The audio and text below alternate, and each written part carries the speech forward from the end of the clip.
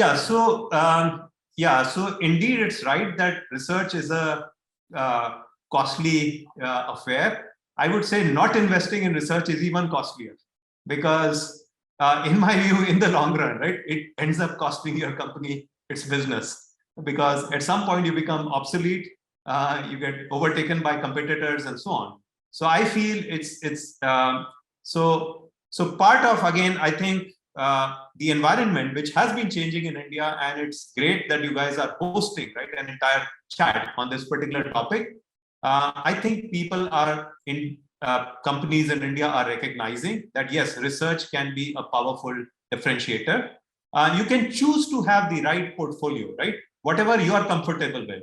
It's perfectly fine for you as a company, right, to initially prioritize, let's say, short-term research that really results in tangible business results. So it is quite possible, right, for you to do that.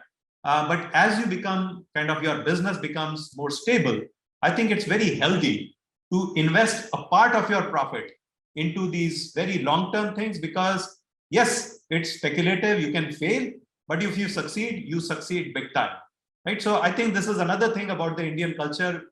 For far too long, right, we have been very risk averse as individuals, as businesses.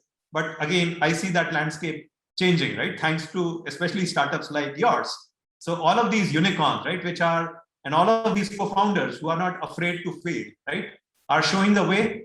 So I'm hoping that many of these companies will likewise not be afraid of failures from long-term research and also invest, right, as and when their business permits that.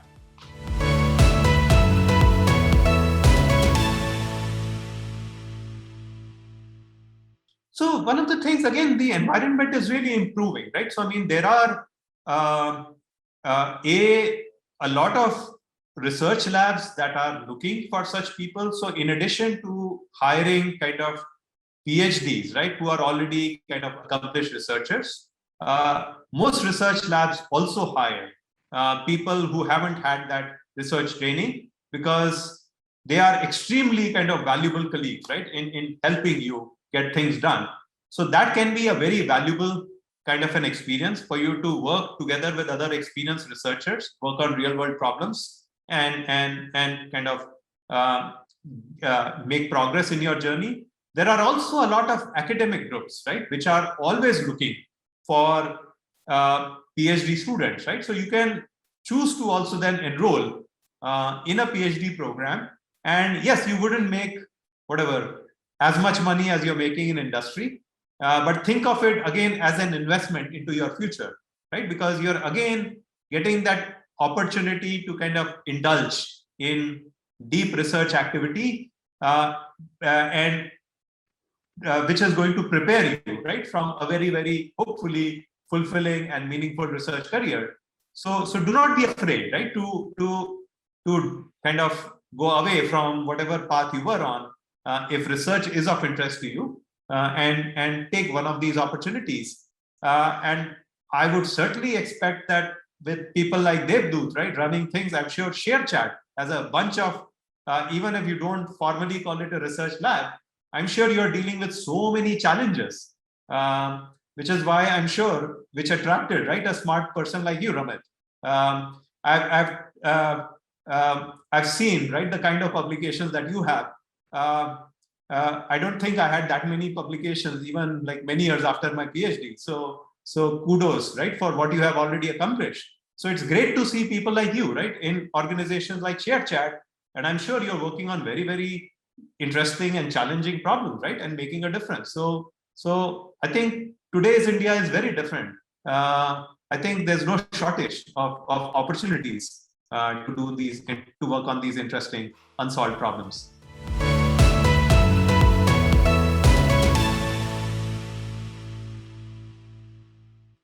Yeah, no, that's a that's $1 million question.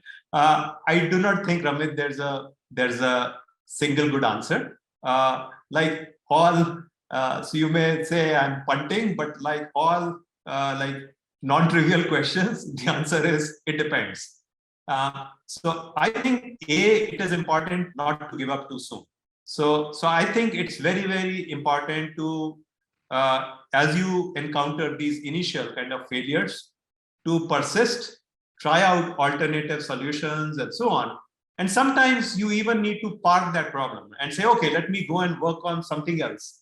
Because sometimes it's just that you're getting too tense thinking about that particular problem. And it helps to take your mind off that particular problem and start working on something else. Because the mind keeps unconsciously sometimes working on those original problems, and many days later and many weeks or many months later you may have that aha experience, right, and come up with some interesting idea, right, on that original problem that you gave up on. So I think it's good not to give up very early, but at certain point you also need to be kind of cognizant, right, of kind of the opportunity cost, and perhaps say, okay, let me park this for now, right, and move to something else.